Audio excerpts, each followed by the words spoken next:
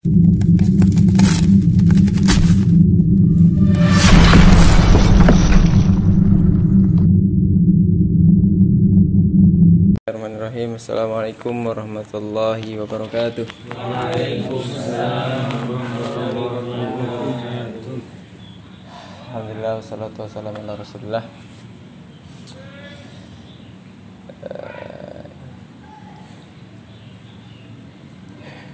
Gimana Mi? Sehat Mi? Alhamdulillah. Sehat. Ya seperti biasa.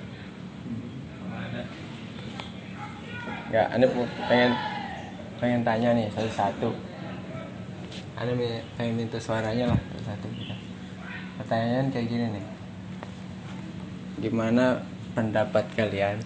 Ya, pendapat kalian. Ya, misalnya di suatu lembaga situ ada peraturan, itu lembaga punya kalian tuh, yang mendirikan kalian masing-masing ya, punya lembaga masing-masing, ya Nu ya. Nah, udah ada muridnya gitu kan, udah ada peraturannya, tapi ada yang nggak ngikutin peraturan itu perasaannya gimana? Langsung aja ya sini. Ini pegang. Oper ntar muter. Diinterogasi Perasaan gimana? Tadi pertanyaan yang tadi. Kan masing-masing punya ya lembaga masing-masing nih. Ntar misalnya udah selesai dari sini, udah selesai kuliah, punya lembaga, entah lembaga tahfidz, entah lembaga kursus, lembaga paket C gitu. Dan itu berasrama gitu. Tapi ada sebagian pelajarnya atau muridnya dia nggak ngikutin peraturan yang ada. Itu perasaan ente sebagai pemilik lembaga gimana? Ya, muter langsung jawaban. Waduh. Pegang kan? pertanyaannya. Ya. Situ. Langsung aja. Ya ini sedapatnya aja. Nggak usah muluk-muluk. Saya senang sekali.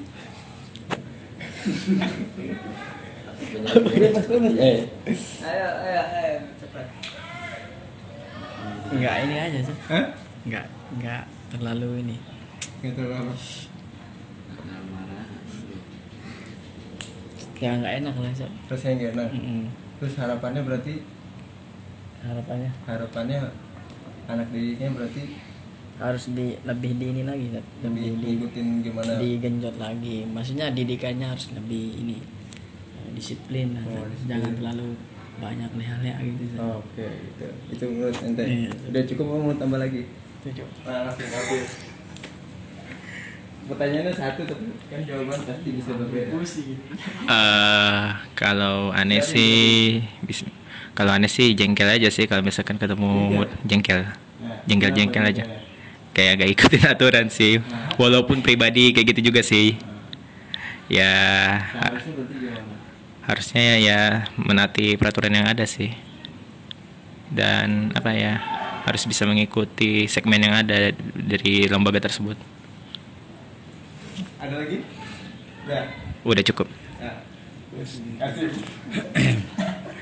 Kalau dia punya satu dia. Kasih. Ayo, sikat. Tutor. Sikat.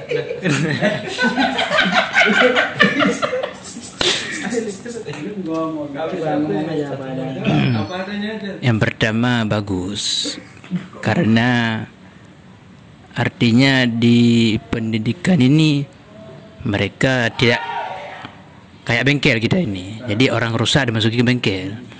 Artinya selama masih mereka bertahan di sini, mereka orang bagus. Karena niat mereka masih ingin memperbaiki diri. Dalam hal kurang lebih itu pasti ada. Begitulah. Kira-kira walaupun nanti kita tidak boleh menganggap remeh kesalahan, pokoknya yang intinya kalau dia sudah masuk dalam forum, dalam pendidikan, itu anak yang bagus. Karena sudah masuk dalam bengkel, dia tahu bahwa dia itu tidak bagus, dia itu rusak, makanya dia masuk ke pesantren.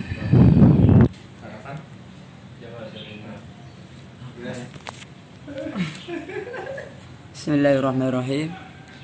Menurut saya tidak jauh seperti Muhammad Akhi Qasim. Setiap lembaga itu ataupun kita punya pesantren, baik itu yang negeri, baik itu yang secara formal dan ada IT-nya gitu. Kembali kepada niat juga. Seperti dikatakan dalam kitab yang Anantu Talibin, apa niat kita? Tujuan penuntut seorang ilmu itu adalah untuk menghilangkan bodoh pada dirinya. Itu salah satunya. Untuk menghilangkan kebodohan pada dirinya dan juga untuk menghilangkan kebodohan pada orang lain. Seperti itu. Tapi lebih kalau kita jadi santri itu atau apa itu kita harus mengikuti alur-alur yang telah ditentukan. Tapi kita lihat dulu program lembaganya apa. Kalau lembaganya seperti kayak sebagaimana kayak temanannya di khairukum itu ada lembaga khusus orang yang kuliah, ada juga orang yang khusus orang yang tidak kuliah. Jadi situ bukan tidak disamaratakan itu. Yang kuliah dengan ini bisa digabungin. Yang kuliah dimaksimalkan oleh ada atasannya, dibantu dan pun dibantu bimbingan, dibantu motivasinya. Karena tugas seorang santri itu bukan hanya memikirkan belajar saja, tapi juga kita cari motivasi pada guru-gurunya untuk kita bisa sukses di masa akan depan nanti. Itu teman-teman sekalian. Pertanyaan apa tadi? Ente kalau punya lembaga, duitnya ngayel. Gimana? Jadi respon sebagai pemilik lembaga itu bukan menindaklanjuti atau mengasih ngasih tahu memberikan peringatan bahwa menekankan bagaimana pentingnya kedisiplinan untuk mengikuti peraturan yang telah ada. Karena kalau satu yang ini tidak mengikuti sesuai aturan, jadi akan merembet ke yang lain. Apabila ini yang melanggar tidak ini diberikan sanksi atau hukuman gitu. Gitu dulu nih.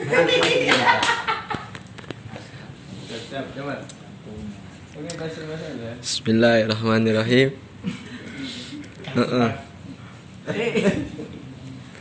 Kalau saya sebagai lembaga pemilik yayasan itu, jika tidak ada murid yang mengikuti peraturan, sebenarnya sakit juga hatinya.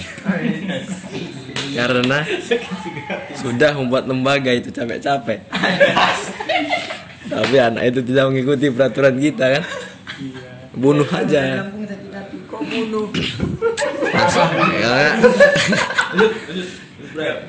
Yang lebih pasti kasih motivasi ya benar ke anak tersebut biar dia bisa mengikuti peraturan yang ada dan di kemudian hari menjadi anak yang lebih baik lagi.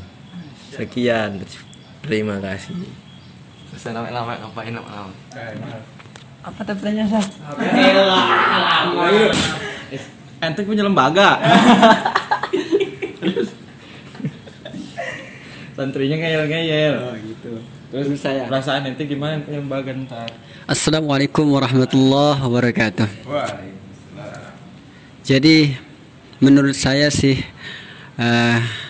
ketika ada orang yang tidak mengikuti peraturan ya itu ya itu. Jadi ya maksudnya sakit hati lah ketika ada orang atau santri yang tidak mengikuti peraturan yang ada di pondok, maka kita pasti akan merasa sakit hatinya kenapa? Sakit hatinya kenapa? Ya sakit hati karena tidak diikuti apa yang kita perintahkan itu dia tidak ikuti ya gitu.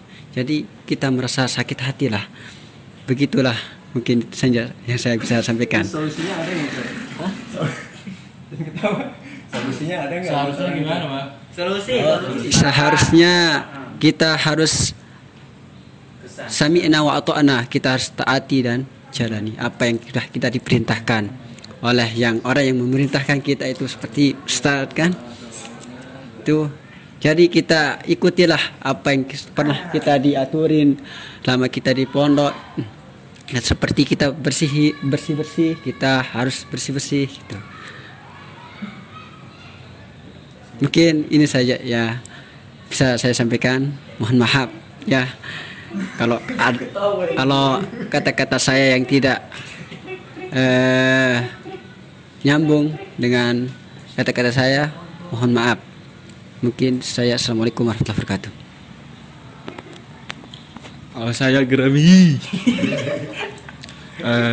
Mungkin kalau misalkan saya jadi ketua lembaga, mungkin kesal emosi mungkin sudah jadi manusiawi, tetapi sebagai pemimpin tidak harus terus fokus di perasaan itu, tetapi mencari solusinya bagaimana merubah satu itu bisa lebih baik begitu ya, dengan berarti diberi motivasi atau dirangkul atau bagaimana sampai mungkin santri itu bisa berubah sedikit demi sedikit.